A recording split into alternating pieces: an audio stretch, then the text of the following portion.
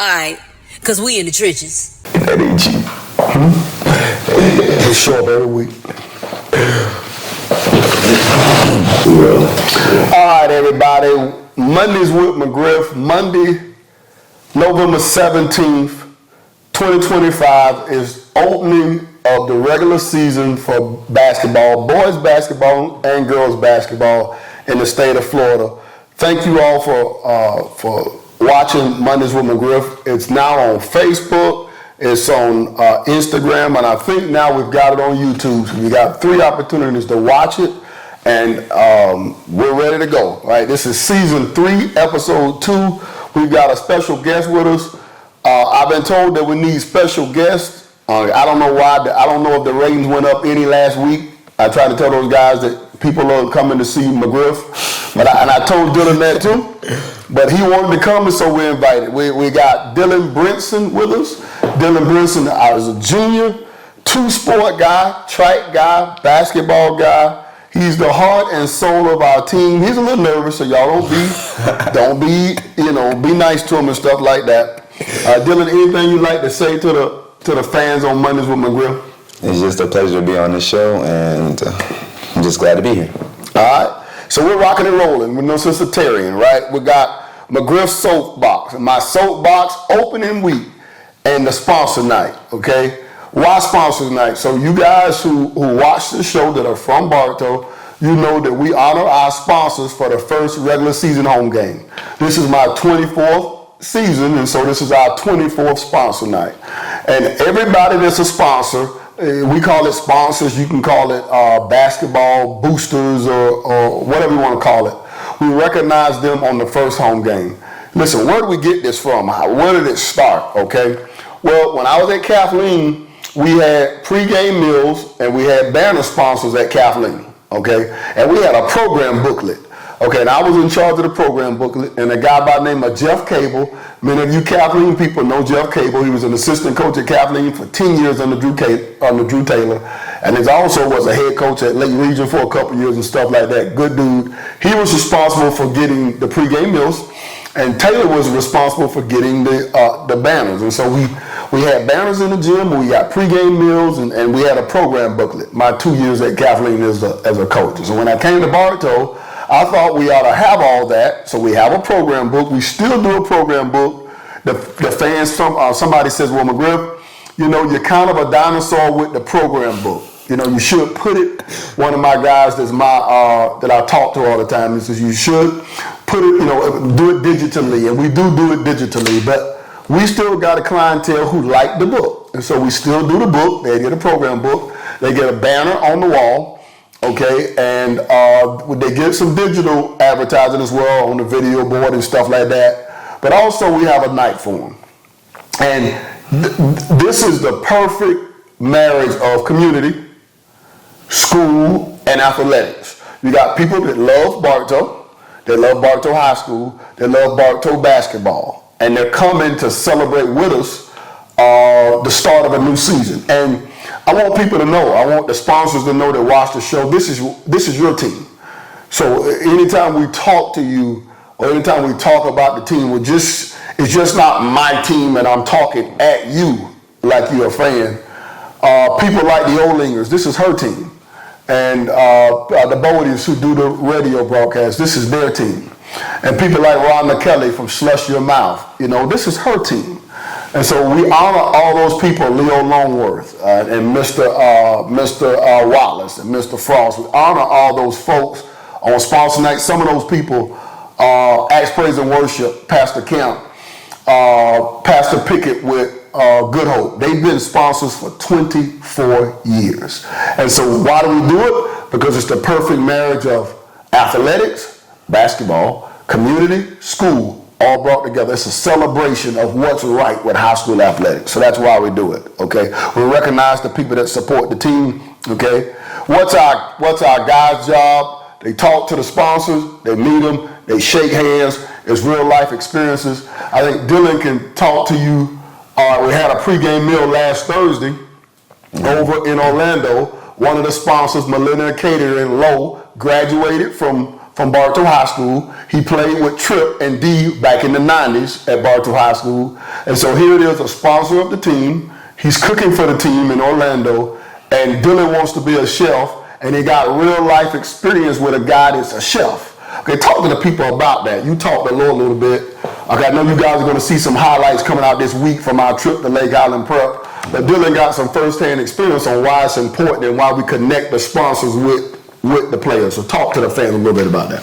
I feel like it's bringing old Bartow with new Bartow and combining the past with the present. And it's the experience I had with Lo. It was more touching to me because, like Coach McGriff said, I want to be a chef. I want to be in the culinary field, and having somebody I can talk to right there and who's willing to give me opportunity to expand on my passion is just like it's heartwarming, you know. And I just really like the fact that I could talk to him and have a conversation with him, and him give me his backstory and why he did what he did and all the persevering he had to do and just fighting, and then having that connection along with being a part of the Bartow program is just amazing.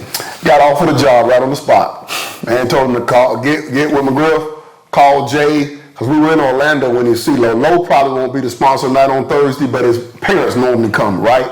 But he says, hey, his local guy, Jay, get with him, give him his number, call him. I'll work you in, you know, whenever you can work outside of basketball or track. He wants to give him some hands-on experience.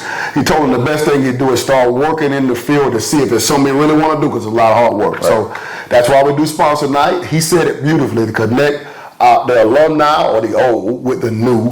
And it's a win-win situation for the community, right? So sponsor night, big night, opening night, Thursday, November 20th versus Jenkins. We'll talk about Jenkins in a little bit, but we have to pay the bills, right? And sponsor night helps pay the bills, right?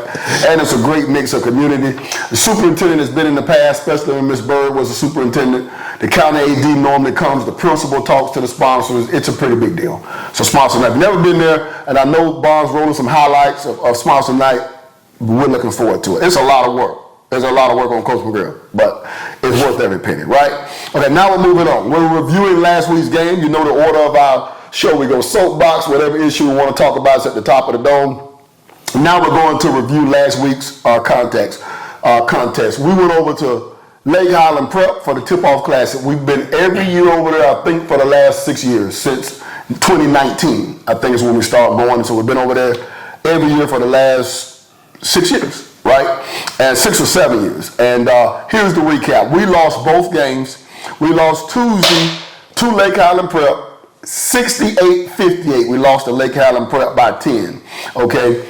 Really, I was disappointed in both losses. You know, we expect to win. I was disappointed in the way and what's happening and why we lost. So we're going to get into that, right? And I wrote down for Lake Highland Prep loss on Tuesday 3 reasons why we lost, okay? The consistency offensively was not there. We got guys that got open looks, but we're not in a rhythm yet. We don't have a very good rhythm.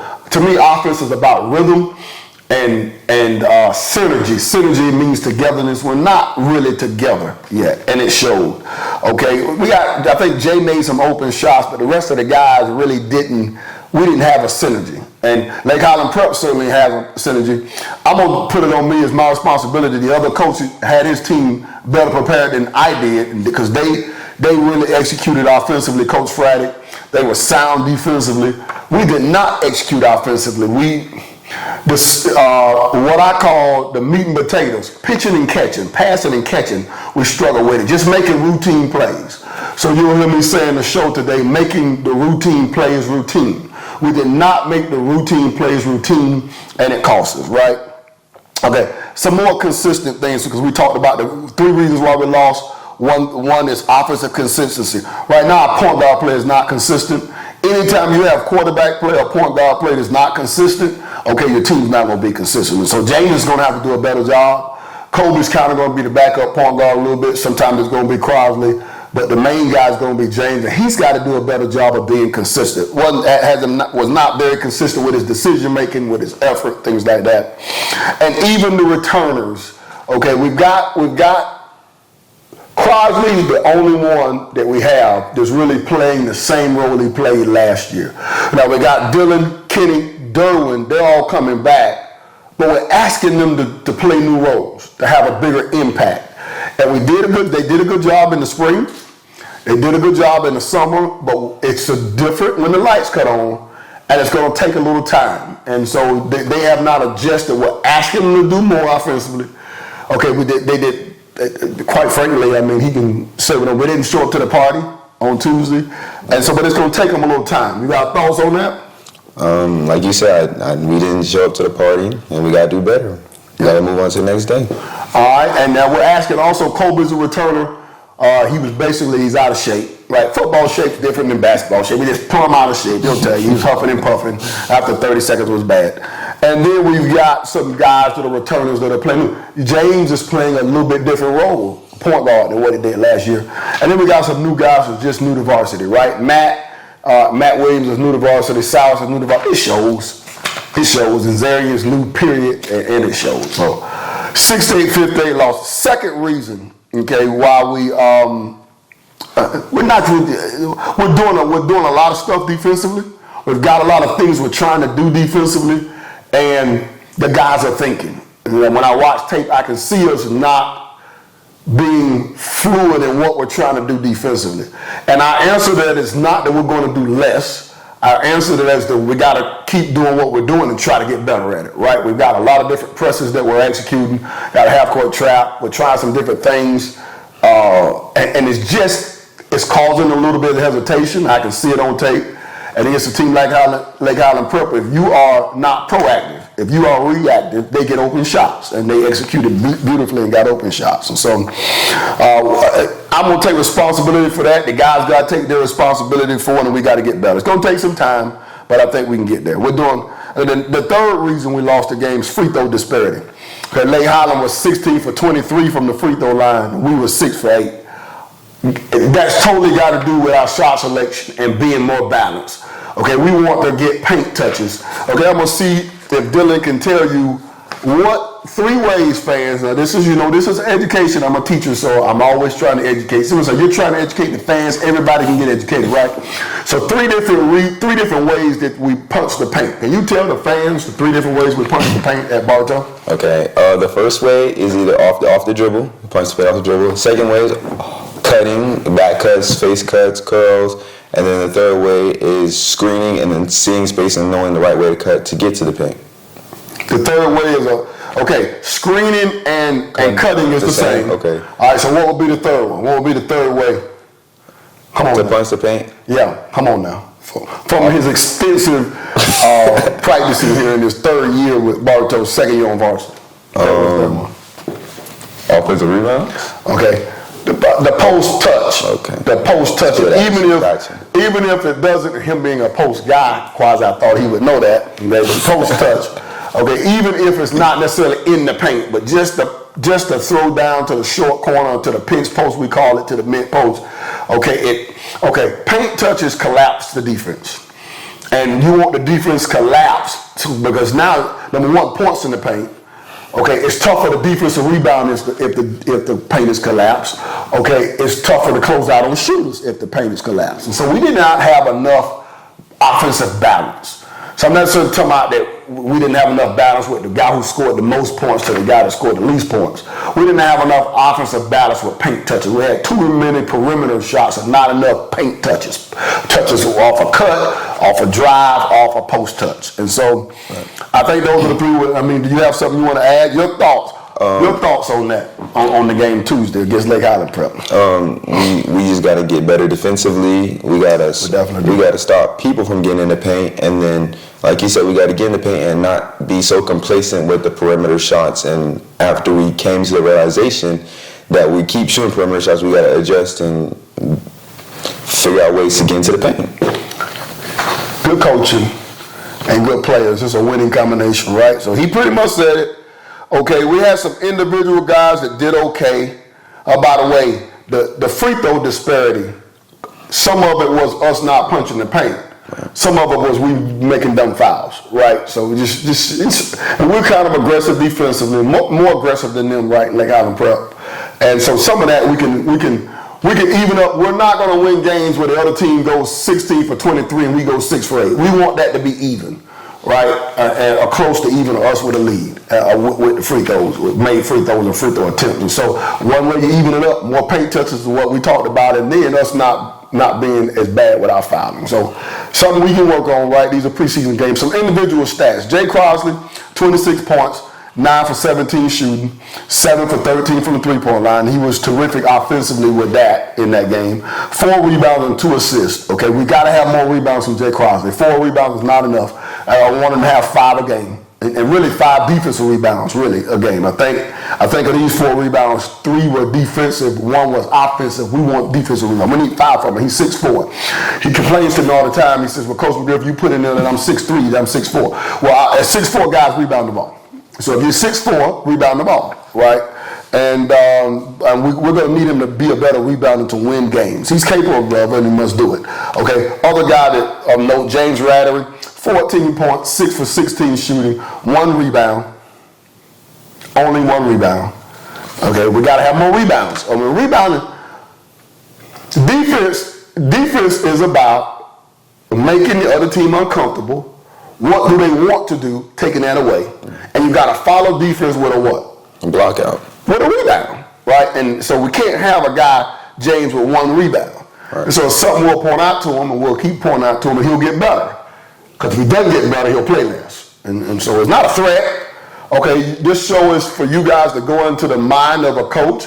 And I'm not saying my mind is all right. I may have a little crazy in me, right? And I'm not saying I'm the only coach. But this is the way I think about stuff. We talk to the kids about it. We drill it. What have we done every day? Offensive and defensive rebounds. We do it every day. And so if it's not translating, we're going to give it a little time. And if it, if it doesn't translate, then we got to make something else happen. James did have 7 assists in that game, 4 deflections and 4 steals. So I need him to have 4 rebounds with those 7 assists, 4 deflections and 4 steals. Okay. Anyway, 68-58 loss, Lake Highland Prep. We've been going over there 6 or 7 years. I think we beat them twice in 7 years. Sometimes they're farther along than us. Okay, I don't know why. They're probably just better coached early in the year than us. I don't know what to tell you. I'll take responsibility than that. But we fully expected a win and we did not. 68-58. Then on Thursday, we lost to Windermere 55-50. Now that score is a little misleading. We just got thugged out hustled. There's not very many times that I can say over my 24 years that somebody's team has played harder than my team. And I thought for 3 quarters that Coach Gressick and Windermere's team played harder. And I was embarrassed about it. I'm really embarrassed to really say it on air that somebody's team, so we haven't been always the most skilled team. Sometimes we're not always the most athletic team, but we don't want anybody playing harder. And so, okay, I don't know how Dylan feels about that, but we got outplayed really for most of the game. So the 55-50 score, okay, I think they were up by 16 going to the 4th quarter. And it was pretty disheartening with how hard we played. And some people might ask, you want to add to that? You said it all. We just got out hustled. We didn't show up to the party until the second half. Second half? The 4th quarter. Yeah. Tell the people why you think we got out hustled. Because in practice, we think we're going hard, and it just translated to show that we weren't going hard as we think against good or equal level teams. Well, that's what we said after the game. So he was paying attention at the game and said, now, we've got a level we want to get to go to Jacksonville. Okay, our guys really want to go. They're working hard, right? But there's a levels and layers to it, and we're not at that level. And our practice habits are going to have to get better if we want to get to that level. And now there's not a 5-alarm fire going on, right? We're not scrapping everything we do. We just got to do what we're doing better and harder. And if we do it, we'll be fine. And if we don't do it, we're going to struggle until we do it, right? Because our schedule, there are not very many cream puffs on the schedule, right? So anyway, 55-50, lost to Windermere on Tuesday. Okay, I texted the coach and congratulated him on how hard his team played him out. I don't like doing that. I know Coach Gressick. This is his last season. He's a great guy. I wouldn't do that. I want nobody's team. I don't care if it's Eric Spoelstra's team. I don't know who it is. I want nobody's team playing harder than my team.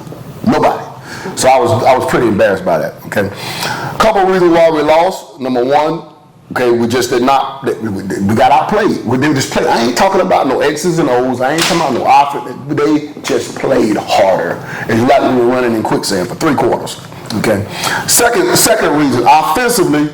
Okay, we got the one guy that made shots the night before, Jay. He was 1 for 12. Okay, 1 for 9 from 3-point line.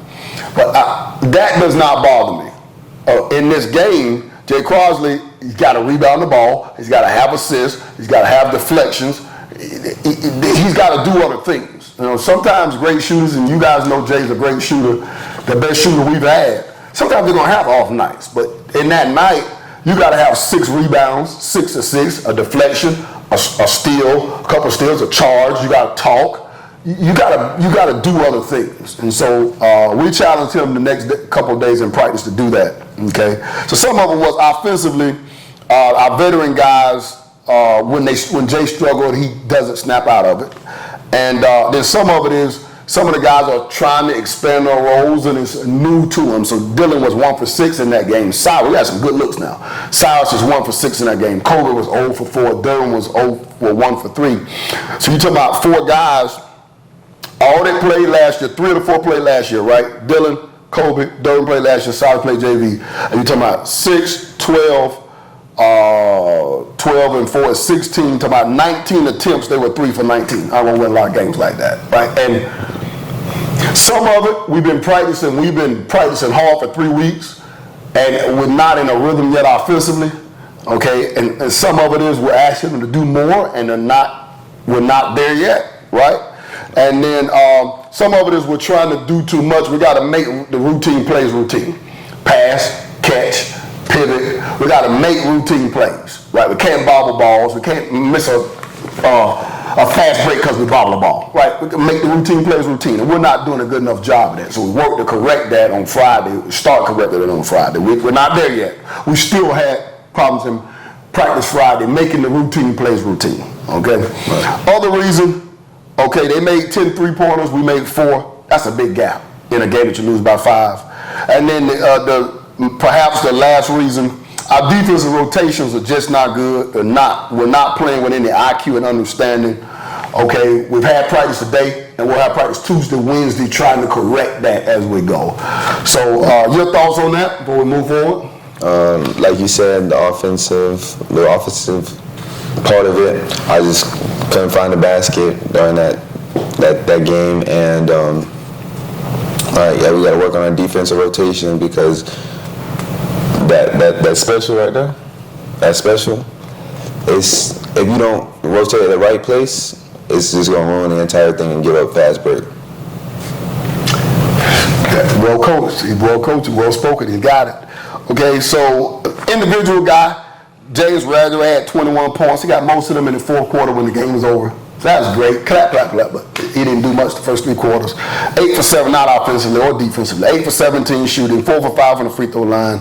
Most of them lack of aggression in the first 3 quarters. Okay, and so most of it came. And I didn't call a timeout during that stretch when they took it from 6 to 9 to 12 to 18. I just sat there with my hands folded. I told coaches I ain't calling no timeout. So either 2 things gonna happen. We're going to get beat by 30 or we're going to fight. So at least we did fight a little bit. We made a few adjustments and things like that, but most of it was the kids fought a little bit better, not to have some pride. So we did show a little pride. We're not more victory people, so we want to win and lose. At the same time, these are practice games. They don't go on their record as wins. They don't go on our record as losses, although we keep score. And it's something we can learn for heading into next week. So that's the week in review, right? And we got a lot of stuff we need to improve on, and we kind of touched on that. Preview of this week's games, right? Thursday, November 20th, sponsor night. We got the Eagles coming in, the George Jenkins Eagles. First-year coach Sheldon Topper Dennis is coming in. First year as a head coach. Congratulations, Topper Dennis. He's one of George Jenkins' all-time best players. Okay, if you guys were around when he played, he could put that ball in the basket. He was tough rebounder, very physical, good defender. He was one of their best players, and we want to welcome him with a loss. Okay, we want to welcome him to the rivalry. Okay, he had a great career against Bartow. I think he beat Bartow once or twice when he was there doing his team there, but we don't want that to continue. We welcome him, we wish him well, but not on Thursday night. Right, we want to welcome him with a loss, right? But he's a Jenkins alumni, one of my Lakeland Fire guys that he played for my brother and played for Corey Butler and all those guys, okay? Last season, Jenkins went 15-12. They started out 4-8, and Kenny Davis was the previous coach at George Jenkins, also a Jenkins alum, went to Kathleen, did a great job. We played him early in the year last year. I said, they're bad. And then I saw him in Mosaic late in the year, and I'm thinking, I told Kenny this. I said, Kenny, you're making chicken salad out of that. And certainly he did. So to go 15 wins, they were 4-8 and looked pretty bad. And at the end of the year, they were much better. And so I think Topper would do the same thing. Okay, I don't know how they're gonna look on Thursday, but I think they'll get better throughout the year. Okay. The top players: Meso, Pierpoint, captain. I think he wears number 1, 6'3", really explosive. Can put the ball in the basket for him. Number 2, Darnell Lowry is his name, 6'3", small forward. Okay, and they got 2 former Yellow Jackets over there. I'm gonna get you to talk about these guys that are over there because these 2 guys are close to you. Yeah. Okay, so we got number 21 for him, Julian Sanchez, was in Bartow on Monday the 27th, first day of practice, transferred out, okay, and was at Jenkins the next week. And we want to welcome Julian. We don't have any hard feelings towards Julian. He's gonna be. Matter of fact, Topper texted me and asked me, did I know it? I said, yeah, I knew he was leaving us. Okay, we want to wish him well at Jenkins, but we want to welcome him back to Bartow Yellow Jacket style on Thursday. Okay, he's a great shooter and can put the ball on the floor and make plays, and we're going to be on him like white on rice on Thursday. Okay, you want to say, and then another guy that's a Bartow guy, Tyler Rhodes. You all are like best buddies or close to best friends, right? Played at Bartow last year. All your cousins, family, family divided on Thursday night, right? And we root for Tyler. He's a track guy. We root for him in track. We do not root for him on Thursday. We root for him any other night other than Thursday, right? Bartow guy last year, really good guy. Mom, a really good lady. And he did what was best for him in going to Jenkins, and we're going to try to do what's best for us on Thursday night. So your thoughts, you got Julian Sanchez, which you were the teammate that was closest to him, and Tyler. So talk about George Jenkins. Okay, do you know the other people other than those 2 guys? Who do you know from George Jenkins? I know Meso, Brady. Talk to the fans about Meso. Okay, so what about his game? Meso, he's really the key in their entire offense because he's so versatile. He can play the big, he can play the wing, he can play the point. He's athletic, he's fast, he can jump. He's pretty much like his game is very evenly leveled out. So there's no really bumps or anything that you can do to throw him off his game because regardless he can adjust. With Julian, it's just a war because he former Yellow Jacket, he ain't Yellow Jacket no more. Got to go head to head. He's hard. And then Tyler, that's my cousin, but like I said, you're on the other side of the fence. Gotta go. He's your cousin. You know, I coached against my cousin for years, Shaw at Kathleen, and we would always tell everybody, he's my cousin before 7:30 and after 9:15. Absolutely. And between those lines, he's a Red Devil and I'm a Yellow Jacket, and he's trying to beat my brains in, and I'm gonna try to beat him to beat his brains in. And so, would you agree that's what's going to happen Thursday night? They're going to try to beat our brains in. We're going to try to beat their brains in. We need Jenkins to be good. Okay, they're geographical rival for us. Okay, there's no school that we can get to faster than Jenkins, but maybe Mulberry. Right? Mulberry we can get to in 10 minutes. It takes us about 15 minutes to get to Jenkins.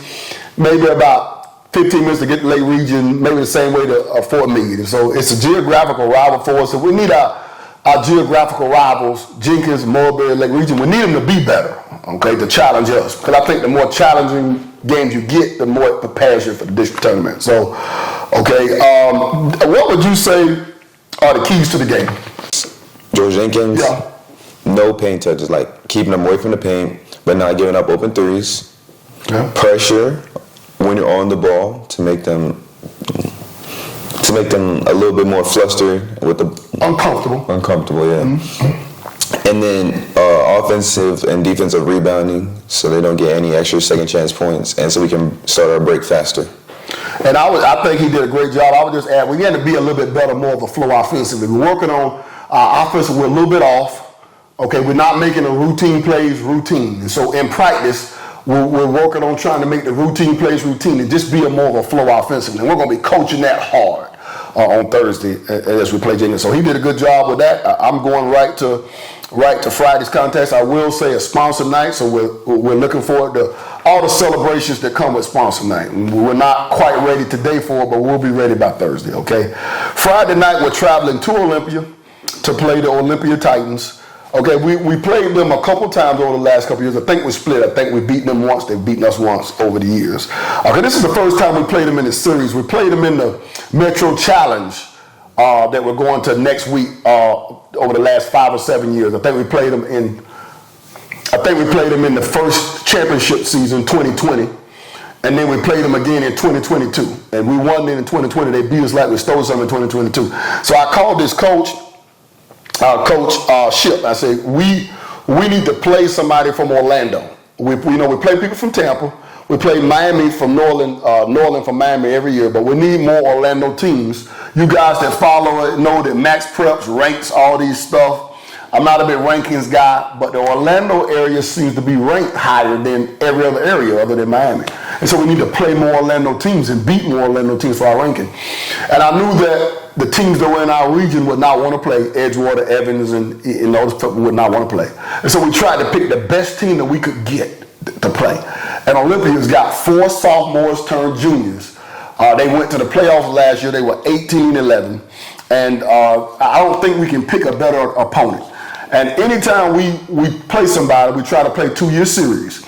So we just came off if you guys will remember, we just came off a 2-year series with Berkeley Prep. We split with them. Tampa Catholic, we split with them. We've had a 2-year series with Tampa Jesuit before and split with them. We don't have a lot of success on people's home floor. And so, but I always start the series by saying, if I'm calling them and saying, listen, we want to play twice and we'll come to you first. Because to me, if I'm asking them to play, I should go to them first. And so I want people to know that we're serious about it. And we told them 2-year series, we'll go to you the first year, it will come back to us next year. And so this is a Herculean test to beat them on the road. We've also got 2-year series started with Port Charlotte. We're going out to them first. And Newsom, they'll be our Tampa team. They're coming to us first, right? So we try to do that with different teams. We've also got a 2-year series with Avon Park. They came to us first last year because he wanted to play. We'll go to him. So we try to do that with 2 or 3 different teams. And this is our test. Our Orlando test, right? The JV is going with us. So we got an early release day there on Friday the 21st. JV going with us. The game starts at 5:30 and 7 over in Orlando. We start at 6 and 7:30 here in Bartow. In Orlando, they start at 5:30 and 7, and we'll get there in plenty of time because we get out of school at 11:30, so we'll have a bus able to take us, right? Orlando is Olympia is one of the most talented teams, not only in Orlando, but in the state. They're in 7A. They're a favorite to make the Final Four in 7A. This is Coach Ship's second year, okay, his second year. And I've already talked about his, they were 18-11 last year. Let me talk a little bit about the players. James Knowles, number 21, James Knowles, was the leader scorer, about 13 points and 4 rebounds a game. 6'2", this some guns athletic. Okay, can get it, can dunk it, start the fast break, really good. Okay, number 21, he's a junior. All these guys that I'm telling you about are juniors. Okay, number 14, Bishop Wentz, W-E-N-Z-E, Bishop Wentz, junior, wing, 6'7", long, 6'7". Okay, 11 points, 7 rebounds a game. Very active on the glass, lethal in transition. Okay, physical. Okay, so we're going to have our hands full. Number 14, Bishop Wentz. We are not going over to play a cream puff. This is the top 50 team in the state last year, and there'll be a top 50 team in the state this year. Number 11, J.J. Watts. He's a junior. He's a small forward, 6'7", also averaged about 11 points and 7 rebounds. And then also equal. These guys are long, they're athletic, they're college basketball players, right? And number 1, Kevin Edu. E-D-O-U, I may be mispronouncing it. Kevin Edu, junior, small forward, 6'5", about 6 points and 3.5 rebounds a game. This team, Olympia, is dynamic in transition. They run great sets. The coach Ship does a great job in getting the ball in the hands of his best players. They're long and athletic defensively. They're long and athletic on the boards. They're really physical. We're going to have to play well If we play like we did last week at Lake Highland Prep, we got no chance to win this game. If we play like Bartow can play, we got a chance to win this game. And it's as simple as that. Okay, the unit we played them in Olympia in the summer. Mm-hmm. Of course, summer doesn't mean anything, but give everybody your recollections of that game for the summer and your thoughts of what it's going to take from the summer to win that game and things like that. Like Coach McGriff said, they're excellent in transition. They like to punch the paint. They like getting the hands of their best scorers. They like running offense through their best scorers. And it's just the way to beat them. You got to keep them out the paint. You got a defensive rebound because like their size, there's 3 of them are over 6'5", so we got to keep them out the paint. We got to execute well on offense and then just keep the turnovers low and play like how Bartow played. So Coach, what are the keys to the game in that game? He talked about rebounding the ball and paint touches, right? And I would just add, we're going to have to win the turnover battle. We can't go to Orlando and have more turnovers than Orlando teams and win the game. Okay, and there's probably going to be a little bit of free throw disparity because they've got the hometown officials. When somebody comes to Polk County, we've got a little bit of a lean, so they've got a little bit of a lean. But it can't be 23-8. It's got to be a little bit closer than that. We're going to probably have to make some outside shots, but have balance, right? And our defense is going to have to affect them. Our defense, our full court defense is going to have to affect them. Our press is going to have to affect them. When we leave the county, our advantage is our pressure. And that did not show its head last week in Lake Highland Prep, any of the game, and not until the fourth quarter of the Windermere game. And if we're going to beat teams out of the county, our pressure is going to have to be a difference. And so I would say turnover is going to be a factor. We're going to make some outside shots. And then what Dylan talked about, being a booger bear on the glass, okay, being a thug in the pivot. The thug in the pivot means rebounding the ball and keeping them out of the paint and being, just playing with a little bit of moxie and a little bit of efficiency? Efficiency? A little bit of grit. A little bit of hit somebody. Okay, you got to hit somebody. This ain't wine and cheese. This ain't tennis. You go hit. Okay, and so we're going to have to hit. We're going to have to hit, get, bump, grind, thug it out to win the game. And so we're looking forward to it. We're looking forward to sponsor night on Thursday against Jenkins, 7:30. We'll have a sponsor, recognize the sponsor between the game. And then we're going over to Olympia. We're taking our JV over to Olympia, 5:30 and 7, or over in Orlando, a huge early season matchup. In Orlando, we asked for it, we requested it because we're trying to get better. So Mondays with McGriff. Okay, so we got Dylan on the show. What are your closing thoughts to all the fans that you've got a chance to talk to? They see you on social media and stuff like that. They see you at the games, but you got them face to face now, or face to camera, right? So what are your closing thoughts to all the fans on Mondays with McGriff? This is the second episode of season 3. Like I said in the beginning, it's a pleasure to have me. Get ready to see me on Thursday and Friday, and Yellow Jackets going to do what Yellow Jackets do best. It's Mondays with McGriff, but we're about players. And so we're thankful that Dylan can come and share it with us. We'll see you on the court Thursday night. It's sponsor night. Mondays with McGriff. All right, because we in the trenches.